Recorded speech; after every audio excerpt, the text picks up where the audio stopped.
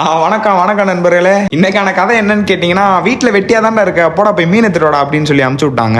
அவங்க சொல்றது ஒரு வகையில கரெக்ட் தான். நம்மளும் வீட்டுல வெட்டியா தான் இருக்கோம். சோ வண்டி எடுத்துட்டு கிளம்பியாச்சு. இங்க வந்து பார்த்தா ஏகப்பட்ட மீன் இருக்கு. என்ன மீன் வாங்குறதுனே தெரியல, ஒரே கன்ஃபியூஷனா போச்சு. சரி வீட்லயாச்சும் கால் பண்ணி கேட்கலாம்னு சொல்லி கேட்டா அவங்களே கன்ஃபியூஸ் ஆகி 1 கிலோ பிரான் எடுத்துட்டு சொல்லிட்டாங்க. பிரான் எடுத்துட்டு வந்து சமைச்சு சாப்பிடும் போதெல்லாம் நல்லா தான் இருக்கும். ஆனா அதை ஒன்னொன்னா கட் பண்ணி கிளீன் பண்றவனுக்கு தான் தெரியும் அதோட வழி என்னன்னு. என்ன பண்றது, வாய்க்கு ருசியா சாப்பிடணும்னா இதெல்லாம் பண்ணி தான் ஆகணும். சரி அதெல்லாம் இருக்கட்டும். இன்னைக்கு என்ன ஸ்பெஷல் கேட்டீங்கன்னா, பிரியாணியோ பிரானோ கிடையாது. இன்னைக்கு நான் சமைக்க போறேன். அதான் பாத்தீங்கன்னா பெரிய ஸ்பெஷல். இங்கதான் பாத்தீங்கன்னா பெரிய ட்விஸ்ட்.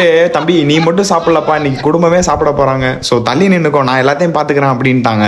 அப்ப என்னோட மனநிலை எப்படி இருந்துச்சுன்னா, ஒரு அசிங்கமாய் போச்சு குமார். இப்படிதான் இருந்துச்சு. இருந்தாலும் விடலையே, எவ்வளவு அசிங்கப்பட்டாலும் லாஸ்ட் வர நின்று நம்மளோட வித்தையில பாத்தீங்கன்னா உள்ள இறக்கிட்டே தான் இருந்தேன். ஆனா எங்க அம்மா அந்த பிராணம் பண்ணும்போது ஊத்துற எண்ணெயை பார்த்து தான் கொஞ்சம் ஜர்க் ஆயிருச்சு. என்னமோ தண்ணியை தூக்கி ஊத்துற மாதிரி எண்ணெயை தூக்கி ஊத்தி வதக்கிட்டு இருந்தாங்க.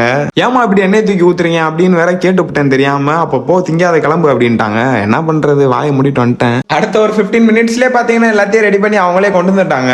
அப்புறம் என்ன, நம்மளும் நம்ம வேலையை பார்க்க ஸ்டார்ட் பண்ணியாச்சு. டேஸ்ட் எல்லாம் எப்படி இருந்துச்சுன்னு கேட்டீங்கன்னா சொல்ல வார்த்தையே இல்ல, பயங்கரமா இருந்துச்சு. சரி சாப்பிட்டுலாம் முடிச்சுட்டோம். ஒரு தூக்கத்தை போடலான்னு போகும்போது தான் ஒரு ஃபோன் கால் வந்துச்சு. அதுக்கப்புறம் எங்க போனோம் என்ன பண்ணோம் அப்படின்றத அடுத்த ஒரு வீடியோல பார்ப்போம். Bye guys.